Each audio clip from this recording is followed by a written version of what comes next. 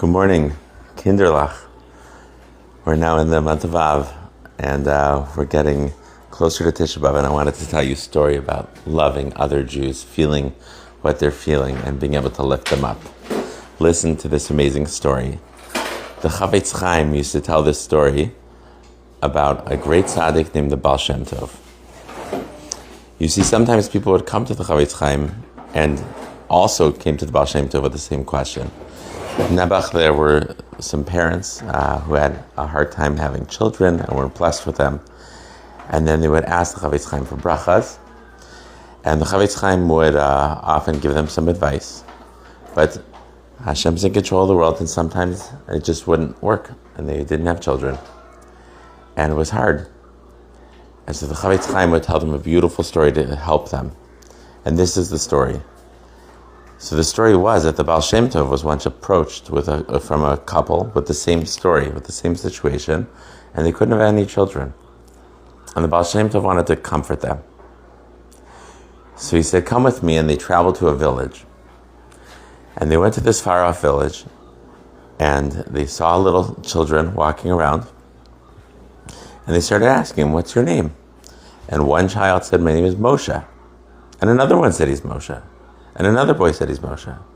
And then they asked the girls. One was named Devorah Leah, another was named Devorah Leah, another one was named Devorah Leah.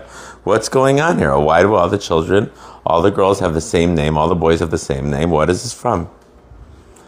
And the Baal Shem Tov looked at the couple and said, I want to tell you something. You see, I know that it's hard, I know that it hurts, but I want to tell you about another couple who had the same situation, who weren't blessed with children. And the father, Rav Moshe, was walking by the Beis Medrash one day, and he heard the Rav say something beautiful. The Rav said that according to the Torah, if a person teaches Torah to another, it's as if he's his father. And we learned this from Moshe and Aaron. The Torah says these are the children of Moshe and Aaron. And then the Torah only lists the children of Aaron.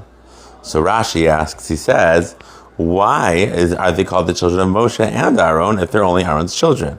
And he answers, because if you give a person Torah, you're bringing them life. You're viewed as if you're their parents. You're their parents as well. So this Moshe heard this, and he came up to his wife and said, "Listen, if Hashem wants to bless us, He will. But in the meantime, we're going to use this. We're going to use this as our way to have children." He said, we're going to be spreading Torah in our village. And the village didn't have very good rabbeim. In fact, the people who would teach the children had methods that were not very good and sometimes did damage and didn't help the children grow in Torah. So they decided they were going to look for the best malamdim. And they found excellent malamdim, and they took their own money and they hired them and paid them very nicely and said, come live here. Build a beautiful chinuch system, a teaching system, and make sure that all the children of the village have a chance to learn Torah and to grow and to do mitzvos. And it was very successful, and the children would learn and learn and learn. And this Moshe and Devorah Leah were so proud and so honored to be able to be giving Torah to the community. Then they viewed them as their family, and sometimes when the families of these children in the community were having a hard time, they would also take from their money and give tzedakah, help pay for food. If someone needed help with a wedding, they'd pay for that. And they basically wound up adopting the entire community in this way, that they would look out for them, think of them as the people that they had to take care of and to give Torah to and to help with whatever it was that was needed. When they got older, they were so beloved to the community, and they got older eventually, and eventually they passed away.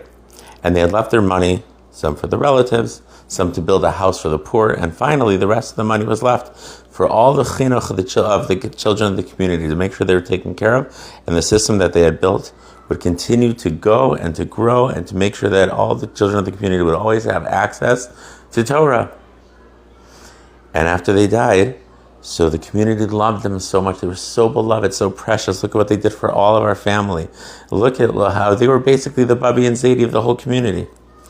And so they started naming their children, the boys Moshe and the girls Devorah Leah.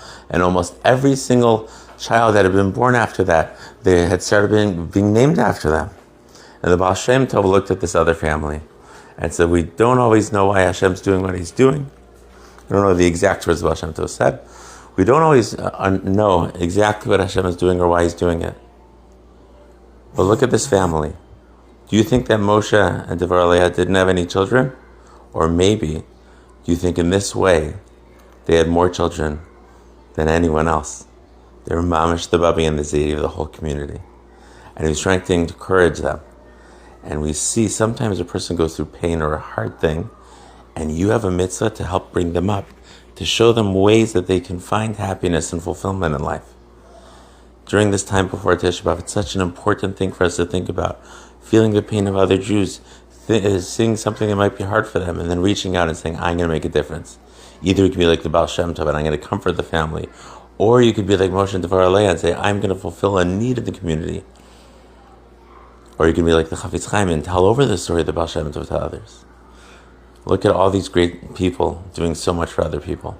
Have a great Torah-filled, Avas Yisrael-filled day.